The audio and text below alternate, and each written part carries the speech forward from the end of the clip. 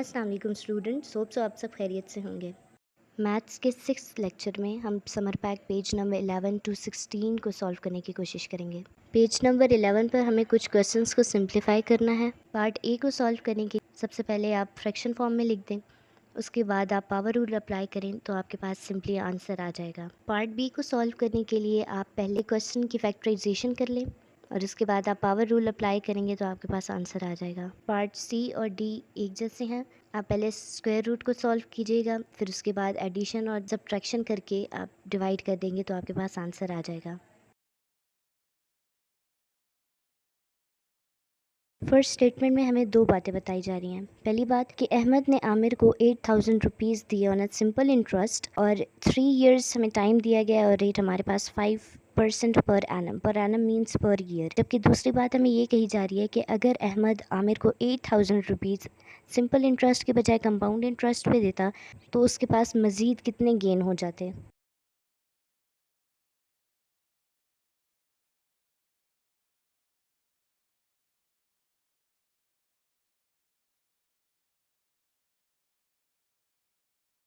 Simple interest find out करने के लिए हम एक फार्मूला लगाएंगे। Simple interest equal to principal into rate into time divided by 100। Compound interest find out करने के लिए हमारे पास फार्मूला अमाउंट माइनस प्रिंसिपल होता है।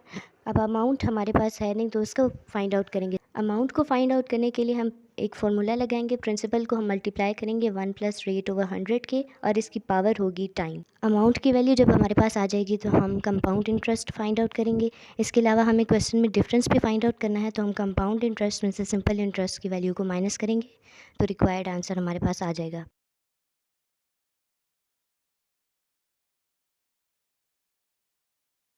अब जब हम सॉल्व करने लगेंगे तो सबसे पहले सेमी एनुअल कंपाउंडिंग के लिए हम न्यू टाइम और न्यू रेट होगा। न्यू रेट के लिए हम एक्चुअल रेट को डिवाइड करेंगे 2 के साथ, जबकि टाइम के लिए हम मल्टीप्लाई करेंगे 2 के साथ, तो हमारे पास न्यू रेट और न्यू टाइम आ जाएगा।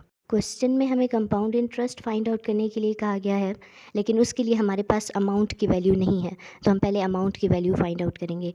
फार्मूला अभी हमने देखा, इसमें सिंपल हम वैल्यूज़ पुट करेंगे, अमाउंट की वैल्यू आ जाएगी। अब हमारे पास अमाउंट भी है और प्रिंसिपल भी, तो दोनों का डिफरेंस करके हम कंपाउंड इंटरेस्ट की वैल्यू फाइंड आउट कर लेंगे। अब बात करते हैं पेज नंबर 13 की स्टेटमेंट्स की।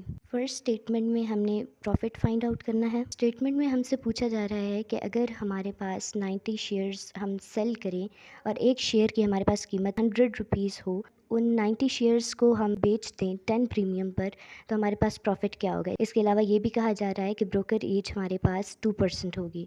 सबसे पहले हम कॉस्ट प्राइस फाइंड आउट करेंगे। 90 शेयर्स हैं जबकि हमारे पास एक की वैल्यू है, तो हम 90 को मल्टीप्लाई करेंगे 100 के साथ। उसके बाद हम सेलिंग प्राइस फाइंड आउट करेंगे। 10 का प्रीमियम लग रहा है तो इस हिसाब से सेलिंग प्राइस फाइंड आउट करेंगे। ये कर लेने के बाद हम total selling price find out करेंगे। ब्रोकर एज हमारे पास 2% है तो हम 2% को मल्टीप्लाई करेंगे टोटल सेलिंग प्राइस के साथ। अब हम टोटल सेलिंग प्राइस में से प्रीमियम प्राइस को माइनस कर देंगे और at last net selling price और कॉस्ट प्राइस को माइनस करेंगे तो हमारे पास प्रॉफिट आ जाएगा।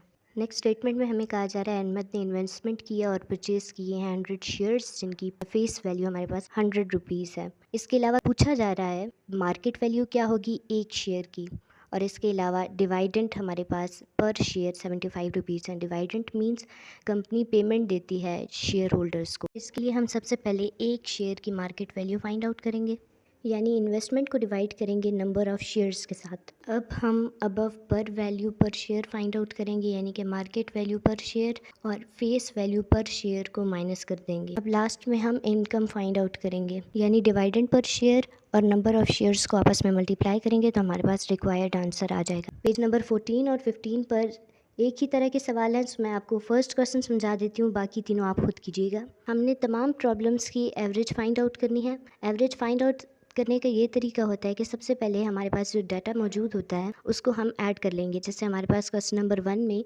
साइंस टेस्ट स्कोर्स हैं 1 साल के, तो हम सबसे पहले उन स्कोर्स को आपस में ऐड कर लेंगे। उसके बाद हम इन ऐड किए हुए नंबर्स को डिवाइड करेंगे नंबर्स ऑफ टेस्ट पर, यानी कि हमारे पास यहाँ पर अगर 7 टेस्ट स्कोर्स हैं तो हम डिवाइड करेंगे 7 के साथ, तो इस तरह हमारे पास आंसर आ जाएगा।